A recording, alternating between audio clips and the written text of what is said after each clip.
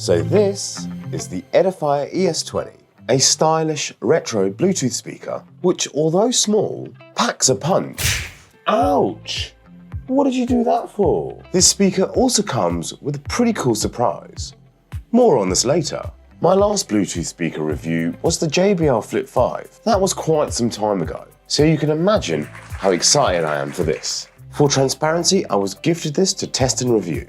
I also apologise for how tired and ill I look. It got me. It finally got me. Welcome to BeezWorld. Let's start with what's in the box. Oh look, another box which reminds me of the old McDonald's burger boxes. Anyone else remember those? Just me. Anyways, inside is the Edifier ES20, which is so compact I almost missed it. Weighing in at 326 grams, I can see how this will appeal to outdoorsy types. You also get a USB-C cable, a handy carry strap, alongside a manual. But who needs those anymore? I do apologise about the sunnies, I'm not well. I figure the Edifier ES20 doesn't need a long-ass review. It's a Bluetooth speaker, it's small, and it has punchy bass. Before I bore you with all the specs, let's go straight for the jugular and do a sound test. Tonight, baby, hold my hand, take me one more time. I don't wanna be without you again. I want you to stay, 'cause it feels so great.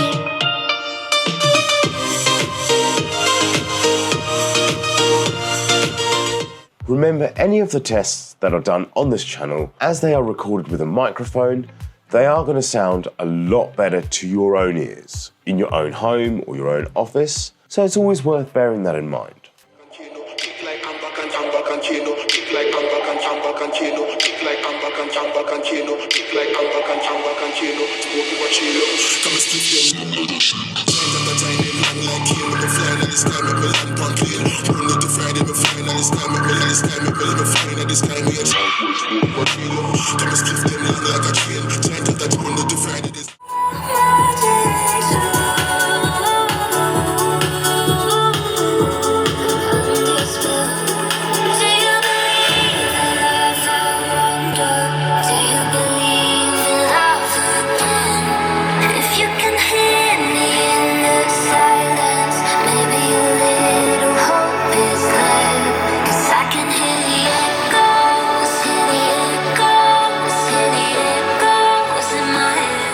The Edifier delivers surprisingly good sound, making it ideal for indoor or outdoor use. I did notice that extreme volume can cause some distortion. Remember, it is a small speaker, so it is best for near-field listening. Remember that surprise I hinted at earlier on in the video? The Edifier ES20 lights up. How cool is that? The added ambient lighting makes it a focal point at events, and I even use it to calm down on really hectic days. On the app itself, you can actually customize the colors, the brightness, and things like that. There's even an SOS mode. Back in the day, people used to use flares.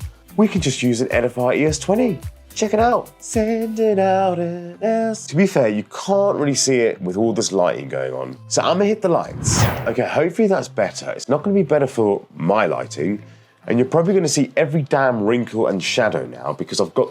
Anyway, you're hiking somewhere, you're in the middle of nowhere, you could be in Kilimanjaro, and suddenly you run into some trouble and you think, oh my God, I don't have a flare. Get this thing out. You can also change the sound modes from music mode, movie mode, game mode, and an outdoor mode. So when it comes to the build quality, it's pretty rugged. You know, for outdoorsy types of people, that's going to be brilliant. This thing could probably withstand just throwing it at a wall, but I wouldn't suggest doing that because it might not survive. The buttons feel pretty robust. They are of a decent quality.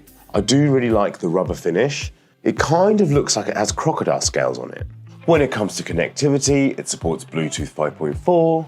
There's also multi-point connection ability and stereo pairing. It's also IP67 rated, which means it's dustproof and waterproof. Nice. Key selling points for me are its ruggedness and battery life, which make it great for outdoors, camping, going to the beach, or heck, have a garden party with some ambient lighting and some decent sound. Throw it all in there and boom, When it comes to battery life, with ambient lighting and continuous usage, I was getting around 8 to 8.5 hours. Fair enough, that isn't the 15 hours that they claim, but you've got to give or take, especially with lighting enabled. With the ambient lighting turned off, I was getting between 12 to 12.5 hours. That is with continuous usage. Most of the time, we don't use portable speakers like that. We'll do some at-home listening for half an hour, and then we'll recharge it. So that whole 15-hour window, it doesn't really matter unless you're literally in a barren wasteland. Then again, in situations like that, you could be ahead of the curve and have some portable power banks. So the Edifier comes in at $49.99.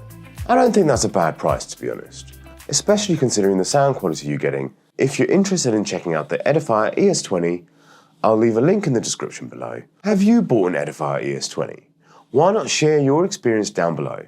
And as usual,